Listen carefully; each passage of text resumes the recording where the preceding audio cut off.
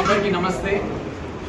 ఏదైతే జాతర మనకు 13-14 జరగాల్సి ఉందో అది ఎలక్షన్ రీజన్స్ వల్ల 21st షిఫ్ట్ అవ్వడం జరిగింది. దానికి రీజన్స్ వచ్చి పోలీస్ చెప్పడం సెక్యూరిటీ అండ్ సేఫ్టీ రీజన్స్ వల్ల షిఫ్ట్ కావడం జరిగింది.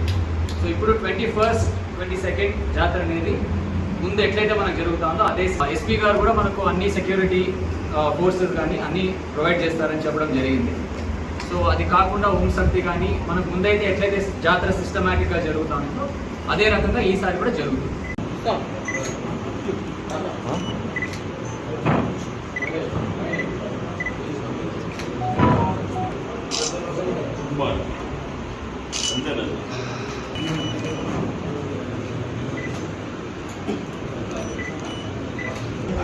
ఎలక్షన్ వల్ల పోస్ట్పోన్ అయింది.